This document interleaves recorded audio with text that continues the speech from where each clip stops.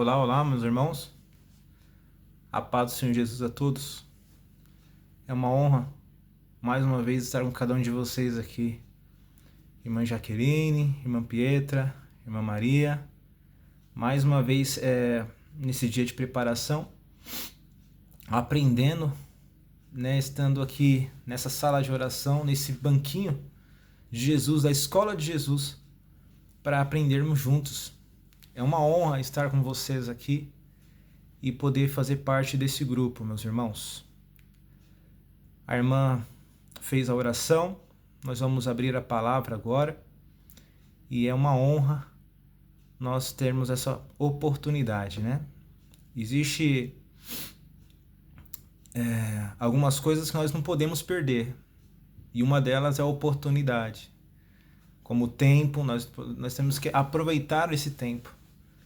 E hoje nós vamos falar de um tempo, de um momento, de uma situação muito difícil que aconteceu com o nosso Senhor Jesus Cristo.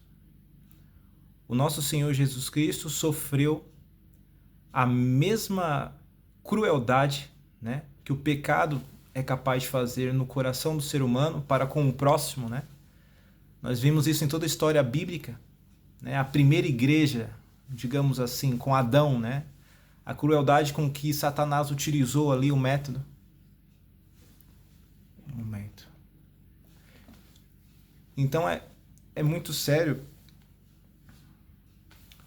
nós percebermos que a parte mais importante ali no Éden era obedecer, justamente isso. Mas o que aconteceu, Aquela igreja, aquela situação, aquilo que Deus deu para Adão uma profissão, Deus deu para Adão um lar, Deus deu para Adão um casamento, E Deus dá tudo isso para cada um de nós, E se a gente for ver, houve um fato, um negócio ali, A serpente entrou, acabou aliciando Eva e adorou o falso Deus, as coisas. Se a gente for ver essa repetição, em Caim também, a igreja verdadeira estava com quem? Com Abel. Aí vem Caim como representando a igreja falsa, uma adoração falsa. E aí essa igreja que adora falsamente sente inveja daquele que está se destacando por fazer o assim diz o Senhor. E aí Caim vai lá e tira a vida de Abel, injustamente. Representando, lembrando sempre que isso são tipos de Cristo. E isso vai se repetindo, como José que foi preso injustamente, como vários personagens bíblicos. E o que eu queria me demorar aqui um pouquinho, antes de nós entrarmos aqui, no capítulo 75 de Desejado de Todas as Nações, diante de Anás e da corte de Caifás, é um personagem chamado Nabote. Ele tinha uma vinha, Uma vinha de Nabote, ele cuidava, era o conhecimento, é o que ele tinha ali.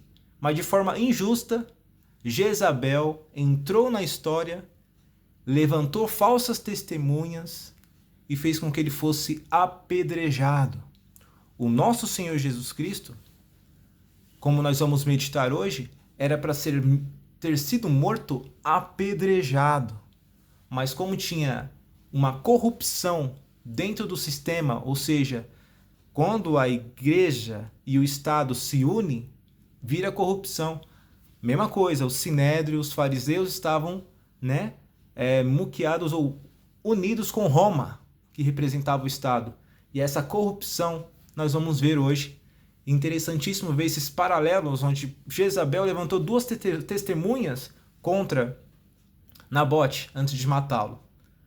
E o interessante também perceber, meus irmãos, que até hoje, se nós formos olhar para o governo, olhar para o Estado, olhar para essa ideologia de revolução, do marxismo cultural, eles têm o prazer de denunciar, de anunciar, mas nunca vocês vão ver eles dialogando, em busca da verdade, porque para eles não existe a verdade. E para nós, que buscamos a verdade sinceramente, nós sabemos que a verdade é Cristo. E é isso que nós vamos meditar hoje, por essa manhã. Tá bom? Então eu vou começar a fazer a leitura aqui Não vou conseguir passar pelas 12 estrofes que tem nesse capítulo, é muita coisa. Mas nós vamos aqui fazer aquilo que for possível dentro do tempo aqui, tá, meus irmãos? Então, por hora, é isso. Vamos lá. Deixa eu só já uma arrumadinha aqui. Deixa eu abrir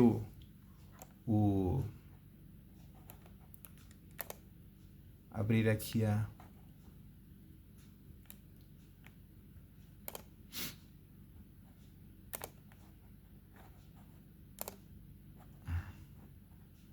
Todos estão me escutando certinho? Dá um joinha.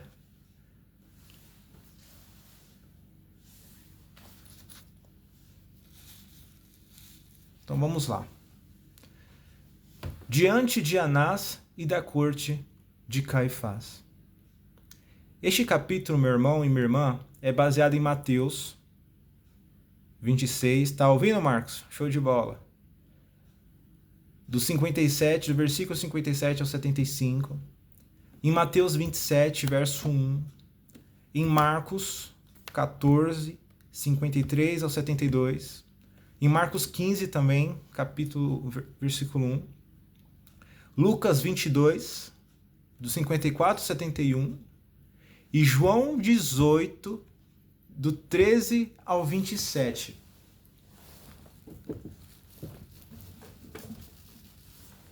Então vamos fazer uma leitura rapidinho aqui de João 18, do 13 ao 27. E olha a quantidade de vezes que repete essa história. A quantidade de vezes que está repetindo esse fato, esse relato, onde o nosso Senhor Jesus Cristo estava passando por um julgamento ilegal. Deixa eu abrir aqui em João 18. E é importantíssimo nós termos uma visão do livro de João, porque o livro de João é diferente dos outros livros dos evangelhos. O livro de João é diferente de Mateus, diferente de Marcos, de Lucas, que eles repetem uma história. Mas o livro de João, ele é como se fosse um tratado de teologia, para que você possa identificar desde o começo, meus irmãos. Desde o começo aqui de João, o capítulo 1 fala que Jesus é o Logos, é a lógica da coisa. Sem Jesus não tem lógica a Bíblia. No capítulo 2 vai falar que Jesus é que transforma a nossa vida, da água para o vinho. No capítulo 3 vai falar que eu e você precisamos de um novo nascimento.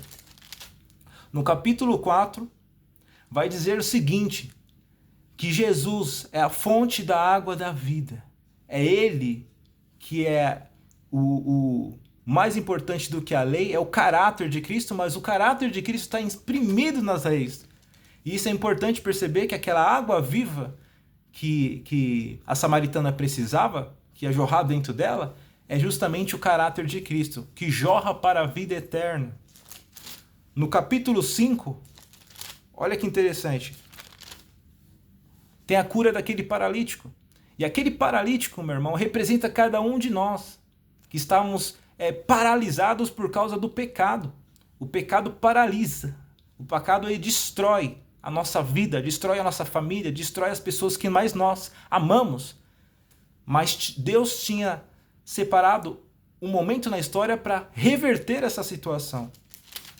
No capítulo 6, vai falar que Jesus é o pão da vida, e esse pão foi multiplicado. E multiplicado de que forma? A palavra de Deus está aqui, ó, comigo, está com você. Isso é importante, meus irmãos. No capítulo 7 vai falar dos nossos familiares. Existem muitos familiares nossos que são incrédulos. Até mesmo pessoas que nós conhecemos religiosas, que elas são incrédulas em algumas situações. E nós temos muito a aprender, que Jesus também passou por isso. Vai haver incredulidade, vai ser pessoas que vão duvidar de você, vão duvidar de mim. Mas não desanime. No capítulo 8, meus irmãos, vai falar da mulher adúltera. E ali vai mostrar que Jesus veio para te salvar, para te libertar do pecado. Não veio para te condenar, para te julgar. E aquela mulher, ela foi salva pelo caráter de Cristo. Porque a lei condenava ela. Mas o caráter de amor, o espírito da lei, o que Jesus fez lá, riscando no chão, foi para provar para aqueles que estavam com a pedra preparado para matar aquela mulher, eles também eram pecadores e também carentes da justiça de Cristo. No capítulo 9 vai falar sobre a cegueira espiritual que muitos de nós temos. E só Jesus pode completar esse barro que nos falta hoje. Que barro falta em você? Que barro falta em mim? Isso é muito sério, meus irmãos. Só que no capítulo 10 vai falar que Jesus é o bom pastor.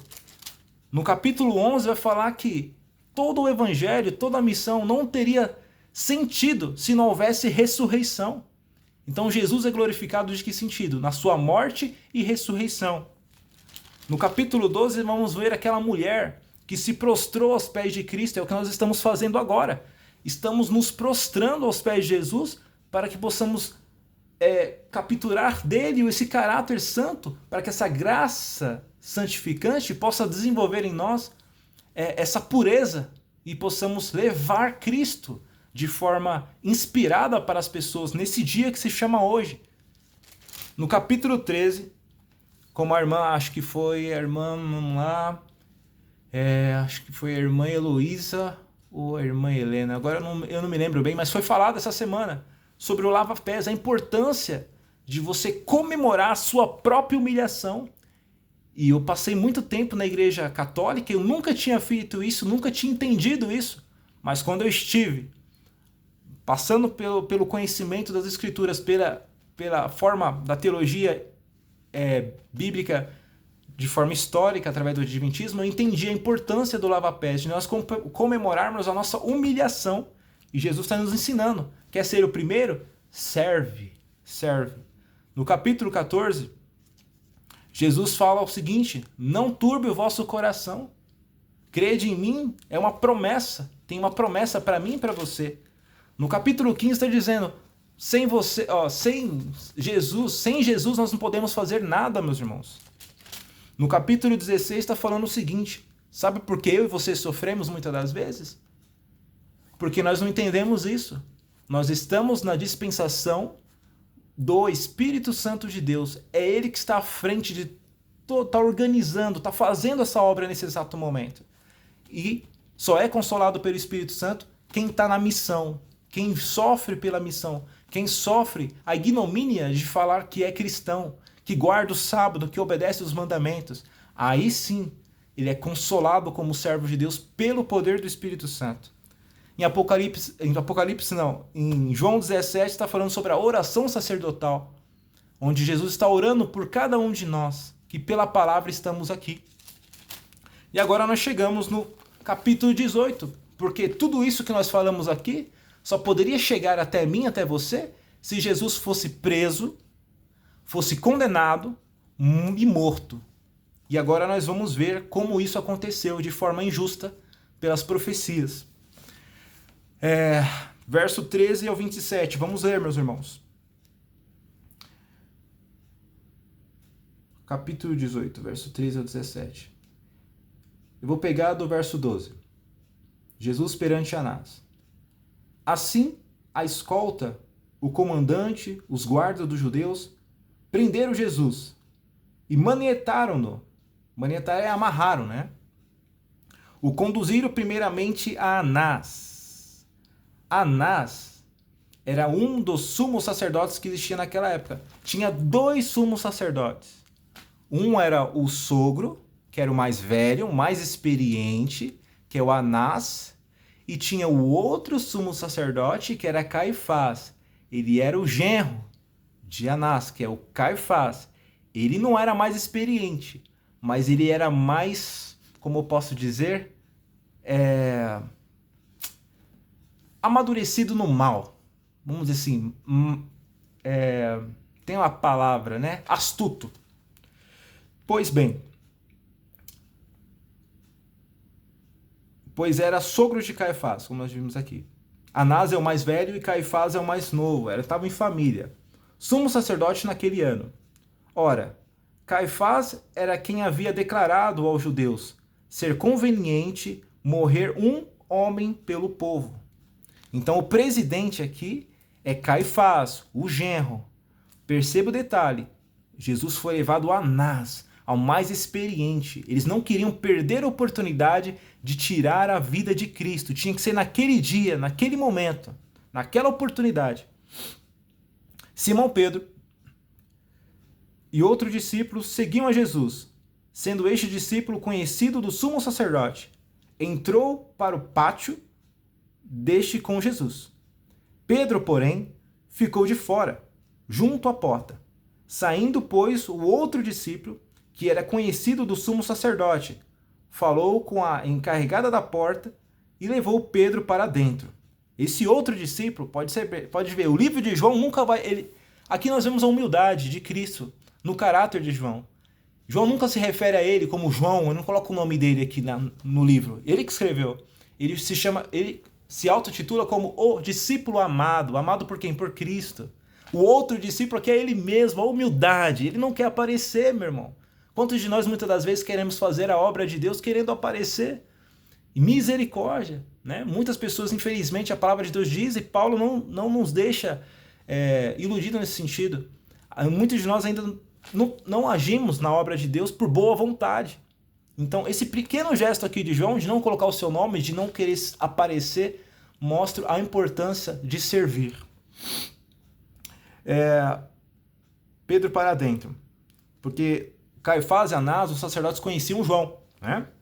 Mas Pedro não. Então, a criada encarregada da porta perguntou a Pedro. Olha interessante isso, meu irmão.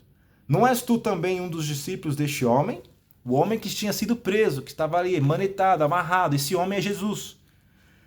Olha a primeira vez. Não sou, respondeu ele. Pedro estava com medo. E eu queria que vocês percebessem que a mesma situação que Pedro estava, João estava. Mas por que não foram até João? Por que não foram? Porque João estava mais firme naquilo que ele estava fazendo ali.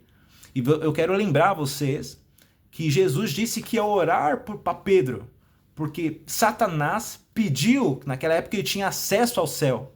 Ele não tinha sido expulso do céu ainda, porque Jesus não tinha morrido na cruz do Calvário. Ele pediu para peneirar a Pedro. E nesse momento estava acontecendo justamente isso. Ora, os servos e os guardas estavam ali, tendo acendido um braseiro por causa do frio, e aquentavam-se. Pedro estava no meio deles, aquentando-se também. Olha que interessante, meus irmãos. Quantos de nós estamos dentro da igreja? Ontem a irmã estava partilhando com a gente aqui, a irmã Maria Eliane, falando que dentro de uma missão, né, ali para resgatar aquela alma, aquela família dentro de uma casa, irmãos ali distraídos, meio que dormindo, não intercedendo. Como eu preciso, meu irmão, nesse exato momento que você esteja intercedendo. Se você não interceder aqui nesse exato momento por esse pedaço de carne, como que as coisas vão acontecer? Então eu acredito nesse exato momento. Faça o seu papel de intercessor nesse exato momento. Esteja intercedendo por mim, intercedendo por quem estiver na obra. Não entra na igreja com espírito de crítica. Interceda para que o Espírito Santo de Deus possa usar aquele indivíduo que está lá na frente, né? Aquela irmã simplesinha, né? Mas agora Pedro, nesse exato momento, ele está... Como que eu posso falar para explicar? Ele está renegando a Cristo. Então, o sumo sacerdote interrogou a Jesus acerca dos seus discípulos e da sua doutrina.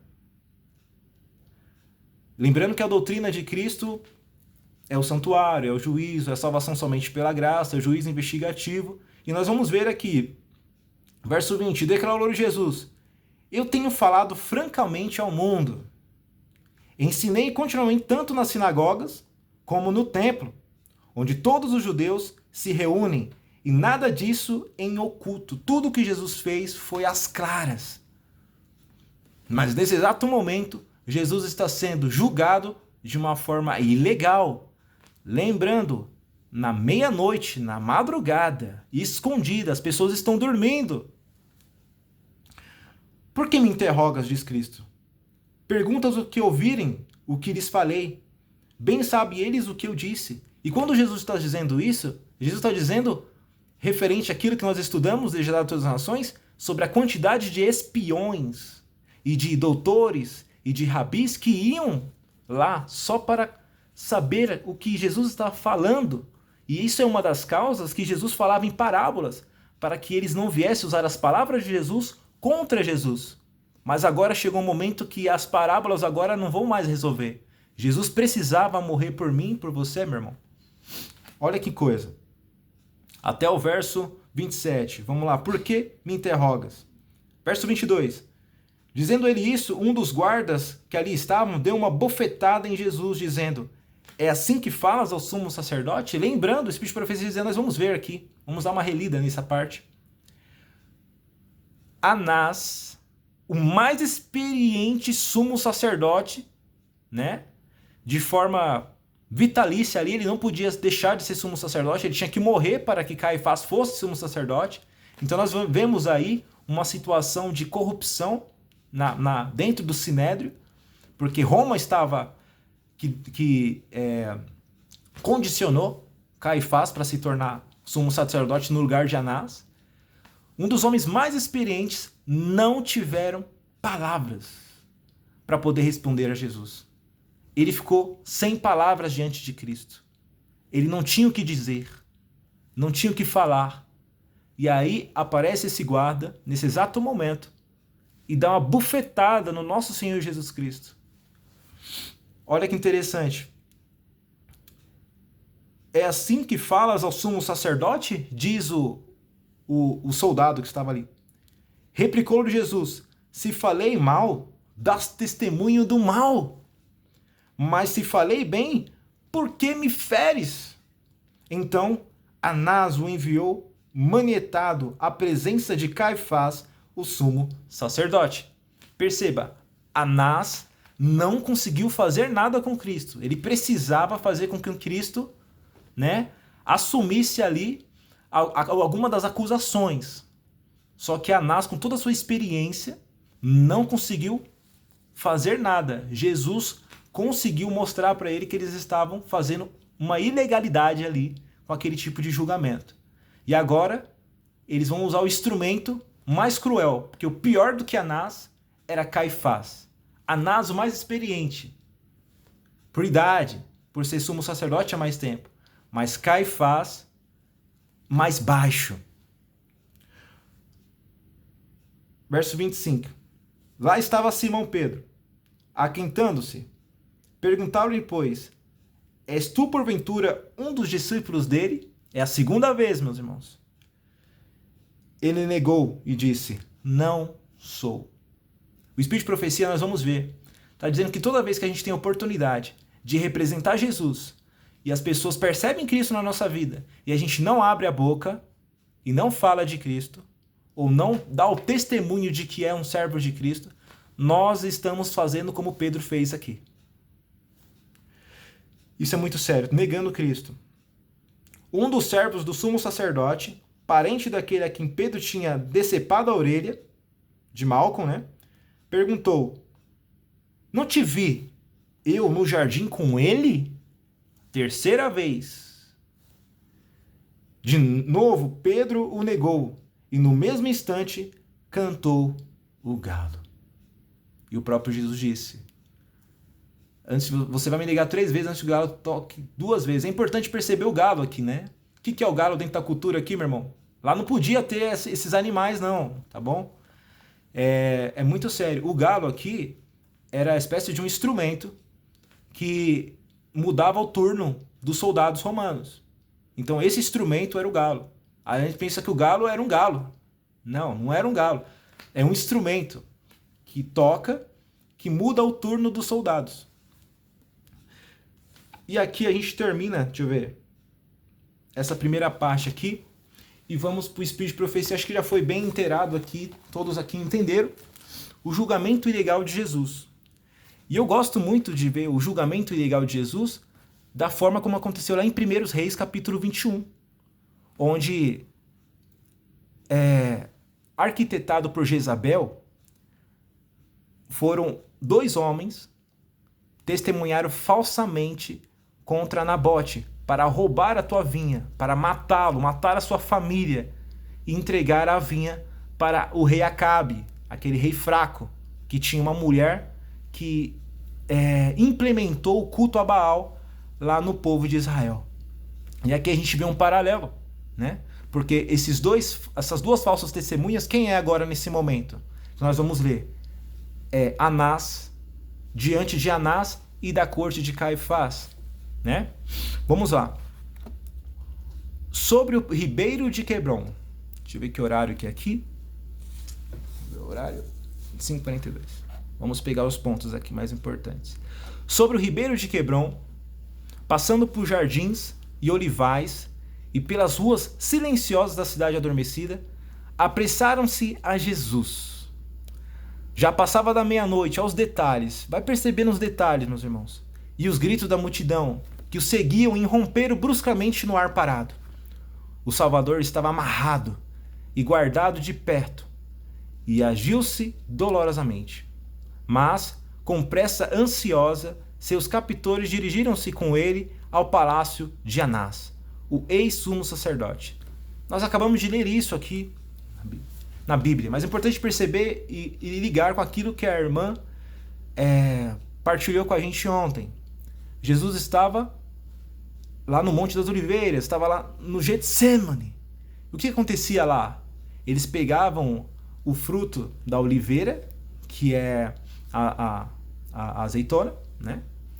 E aí eles pegavam e esmagavam, e utilizava esse azeite para um monte de situações, como remédio, para acender aquelas lâmpadas que eles tinham naquela época, para comida também, para temperar essas coisas. Então, isso que ia ser feito agora com o nosso Senhor Jesus. Jesus estava sendo preparado para ser esmagado. E é lá, no Getsemane, que Jesus soa, né? Soa sangue, porque ele estava com a sua presciência, ele estava enxergando o quanto ele ia sofrer. E ele não podia recuar, porque como foi falado ontem, o Espírito de Profecia, através da nossa irmã Maria Eliane, se ele recuasse, todos nós, sem exceção, estaríamos perdidos nesse mundo de pecado, entregues a Satanás. E Satanás precisava ser expulso do céu. E Jesus sabia que esse era o único meio. Anás, o sumo sacerdote mais experiente, mais velho, era o chefe da família sacerdotal oficiante, e, deferência à sua idade, foi reconhecido pelo povo como sumo sacerdote. Seu conselho foi buscado e executado como a voz de Deus. Ele deve primeiro ver Jesus cativo do poder sacerdotal. Ele deve estar presente no exame do prisioneiro, por medo de que Caifás, o menos experiente, o seu genro, não consiga garantir o objetivo para o qual estava trabalhando. O seu artifício, astúcia e sutileza devem ser usados nesta ocasião, pois em todo caso a condenação de Cristo deve ser garantida. Quando você passa por um julgamento, meu irmão, ali as provas são apresentadas para que você seja sentenciado, condenado ou não. Mas importante perceber que para Caifás e Anás, Jesus já estava sentenciado. Eles estavam querendo criar uma estratagema aqui para que Jesus pudesse ser levado para Roma e ser morto. Vamos lá. Cristo devia ser julgado formalmente perante o Sinédrio, mas diante de Anás foi submetido a um julgamento preliminar. Sob o domínio romano, o Sinédrio, como que fala? O poder executivo, o judiciário, né? E das leis aqui, o parlamento. O Supremo Federal, é isso. O Sinédrio é como se fosse o Supremo Federal que nós temos hoje, Alexandre de Moraes e por aí vai. Política, né? Eles precisavam passar pelo Sinédrio para executar a sentença de morte. Ele só podia examinar um prisioneiro e julgar para serem ratificados pelas autoridades romanas. Era, portanto, necessário apresentar contra Cristo acusações que seriam consideradas criminosas pelos romanos. E aqui que está a grande questão que eu quero mostrar para vocês. De forma justa pela lei, Jesus deveria ser apedrejado, meu irmão. Porque a única acusação que eles tiveram foi que Jesus estava se auto-intitulando como o Filho de Deus. E eles utilizaram justamente esse ponto para levar Jesus como Filho de Deus para o Filidei. Quem é o Filidei? O Filidei é aquele imperador de Roma que é considerado um deus.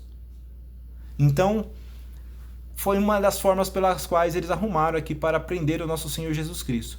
Eu vou adiantar aqui, nós vamos repetir algumas coisas, ó. Os sacerdotes lembravam-se da pergunta de Nicodemos, quando nós passamos aqui, capítulo 3, é necessário nascer de novo. Porventura, a nossa lei julga alguém antes de ouvir e saber o que faz? Então ele estava fazendo ali um processo burocrático ali. Mas a sentença e a morte de Cristo já estava certo, eles estavam só cumprindo algumas diretrizes. Essa questão havia quebrado o conselho e frustrado seus planos. José de Arimateia e Nicodemos não deviam ser convocados agora, mas havia outros que usariam falar em favor da justiça. Onde estava José de Arimateia e Nicodemos? Na madrugada, meia-noite. Estavam provavelmente nos seus lares, nas suas casas. O julgamento deve ser conduzido de modo a unir os membros do Sinédrio contra Cristo. Então, por que de madrugada? Porque esse era e isso é interessante, as leis, as piores leis que nós temos aqui, como a lei do aborto e outras leis aí que nós temos aqui no nosso Brasil, elas são vigoradas assim de madrugada também, irmãos. É muito sério isso. Haviam duas acusações que os sacerdotes desejavam manter. Se Jesus pudesse ser provado como um blasfemador, primeiro, né? E ele seria condenado pelos judeus, né? Que é apedrejamento, blasfemador, heresia. Se condenado por sedição, assegura sua condenação pelos romanos.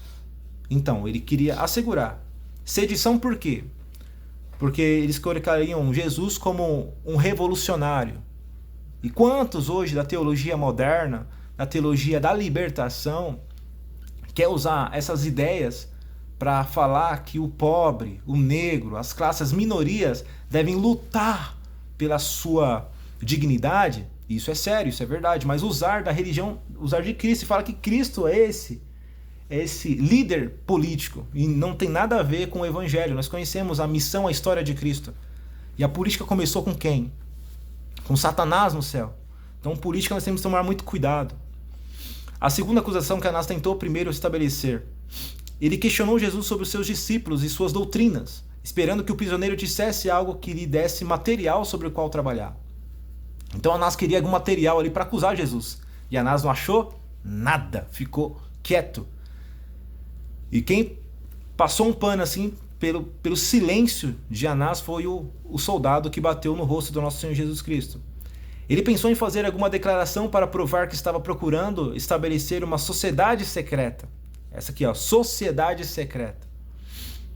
Como um líder político. A exemplo de Barabás, ele estava preso justamente por isso, né? Ele era um zelota, lutava politicamente contra Roma, com o propósito de estabelecer um novo reino. Então, os sacerdotes poderiam entregá-los aos romanos como um perturbador da paz e um criador de insurreição. Essa era a ideia de Anás a princípio, mas não deu certo. Cristo leu o propósito do sacerdote como um livro aberto, como se lesse o mais íntimo da alma de seu interlocutor. Negou que houvesse entre ele e seus seguidores qualquer vínculo secreto de união, ou que o reunisse secretamente e nas trevas para ocultar seus desígnios. Ele não tinha segredos a respeito de seus propósitos ou doutrinas. Cristo não tinha segredo nenhum, meus irmãos. Tudo era visto. Falei abertamente ao mundo, quando nós lemos.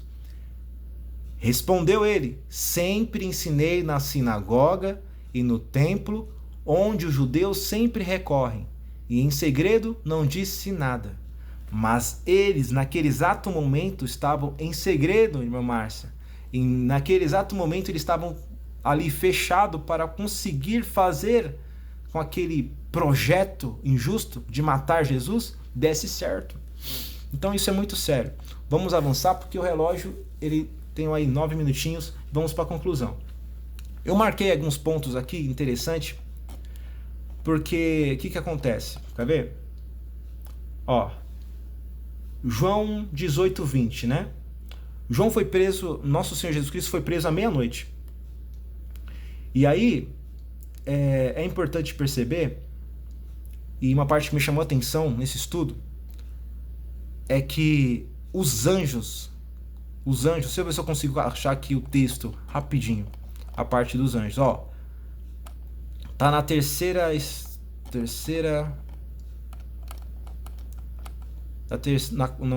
na quinta estrofe aí. Os anjos do céu testemunharam cada movimento feito contra o seu amado comandante. Eles ansiavam por libertar a Cristo. Pensa no seu general.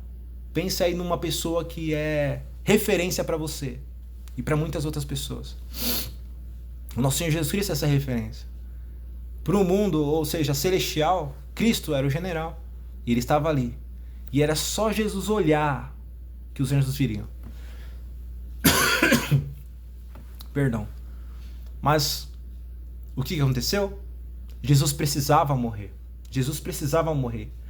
E esse julgamento legal era justamente o que eles queriam fazer para provar para os romanos que Jesus era um malfeitor.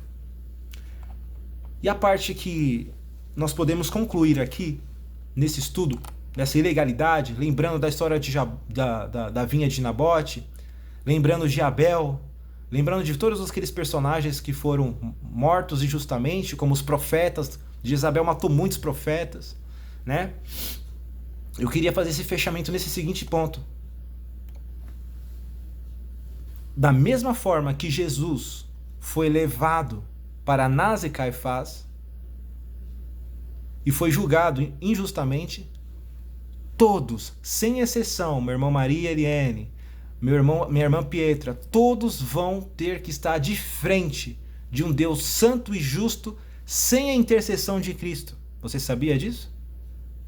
Por isso que é tão importante nós nos apropriarmos do sangue de Cristo sobre a nossa vida hoje, nessas madrugadas, para que naquele dia possamos estar de pé diante de um Deus justo sem a intercessão de Cristo. E somente conseguiremos isso pelos méritos do nosso Senhor. Porque é Ele que desenvolve esse caráter justo em nós. E é justamente essa graça santificante que nos une aqui nessa sala de oração, que nos faz ver que nós necessitamos estar perto de Jesus. Perceba aqui nesse finalzinho, era só Jesus fazer isso, ó. Nós estaríamos completamente perdidos, mas Jesus estaria salvo. Mesmo ponto para você. Eu não sei o que você está sofrendo na sua casa. Eu não sei quais são as suas dificuldades. Talvez seria muito fácil para você agora abandonar toda essa dificuldade por causa da missão de Cristo, por causa da história de Cristo, por causa da igreja de Cristo, por causa das doutrinas da igreja de Cristo. Seria muito fácil a gente abandonar. Mas muitas almas iam perder esse testemunho que você tem que levantar agora, meu irmão. Jesus foi levantado como uma carta de amor lá na cruz do Calvário. Nós vamos ver agora nos próximos capítulos. Mas a parte mais importante para mim e você hoje é justamente essa. Que mediante a essa mensagem que nós vimos hoje, a nossa ação não seja como a de Pedro. Mas nós vamos ver que Pedro foi diferente de Judas. Pedro se arrependeu e Judas caiu em remorso.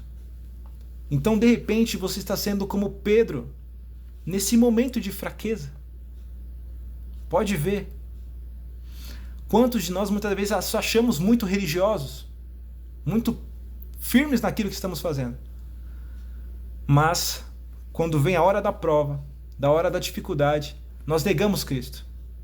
Por causa de um respeito humano, por causa de um familiar, ou por causa da perda de um emprego. Ah, é o meu chefe. Ah, é o meu superior. E nós não podemos negar Jesus. Porque Jesus deu o maior exemplo aqui para nós hoje. Nós vamos orar agora. Lembra que Jesus disse? Quando for levado às autoridades, não se preocupe com o que você vai falar. O Espírito Santo vai falar por ti. E Jesus deu o maior exemplo para nós aqui. Calou a boca de Anás e Caifás teve que usar estratégias muito baixas, como levantar falsas testemunhas para poder levantar ali a acusação de que Jesus fosse um herege. Então, meu irmão e minha irmã, que até as últimas circunstâncias, como Cristo nos mostrou hoje, possamos estar fiéis aos mandamentos de Deus. Tem muita coisa aqui ainda a ser falado, que você, meu irmão e minha irmã, possa estudar aí nesse dia. São 12 estrofes. Eu tentei aqui sintetizar as partes mais importantes. Mas não esqueça, Deus está guardando você. Deus está guardando, me guardando, guardando a sua família, a minha família, para que nós possamos nos encontrar lá nas mansões celestiais. E Jesus sofreu tudo isso para que eu e você pudéssemos alcançar santificação. Lição da escola sabatina. Outro assunto. Páscoa, o Pêssah. Não adianta apenas matar o cordeiro como Cristo morreu lá no passado. Esse sangue tem que ser passado nos umbrais da porta do nosso coração, do meu coração. Santificação. É isso que nós buscamos nessa sala de oração. Vamos orar. Senhor meu Pai, Pai do nosso Senhor Jesus Cristo, mais uma vez estamos aqui, reunidos nessa plataforma digital, para que possamos ser purificados pelo Teu caráter, pelo Teu sangue tão precioso que foi derramado na cruz do Calvário, para que não venhamos se perder nesse caminho tão difícil. O Senhor tem promessas para nós. Mais de 800 promessas existem na Bíblia. E muitos de nós estamos um pouco desanimados, ou estamos em letargia, ou estamos dormindo, ou não estão conseguindo acordar. Como os egípcios, estamos presos neste mundo. Muito trabalho, muita coisa, e o mais importante nós estamos perdendo. Senhor meu Pai, por favor, desenvolve em nós o caráter do Teu Filho Jesus, para que possamos ter coragem de manifestar o Teu caráter, independente do lugar, do ambiente e do cargo ou do status da pessoa que nós tivermos. Seja a pessoa, como a Tua palavra nos mostrou hoje, pode ser a pessoa de maior status, o presidente, Trump, o Papa, quem for, todos eles vão ter que estar de frente no seu tribunal. E nós sabemos que o Senhor está com cada um de nós. Nos ajude a vencer esse dia que se chama hoje, Senhor. Nos ajude a olhar para o nosso irmão do lado, nosso vizinho da esquerda, nosso vizinho da direita, nosso vizinho da frente, o de trás também. Ô Pai, nos ajuda a testemunhar do Teu amor. Nos ensina a viver a Tua palavra. E nos ajude a levantar nas madrugadas, com firmeza de propósito, que queremos aqui receber a chuva serôdia, para sermos amadurecidos nesse caráter tão importante nos dias atuais. Nos dê um bom dia de preparação na Tua presença, em nome de Jesus e pelo poder do Seu Santo Espírito. Amém. Amém. Deus abençoe a todos, irmãos.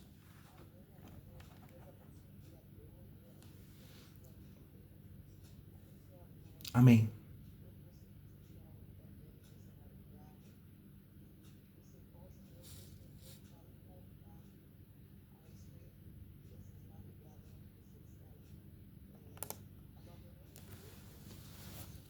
Amém.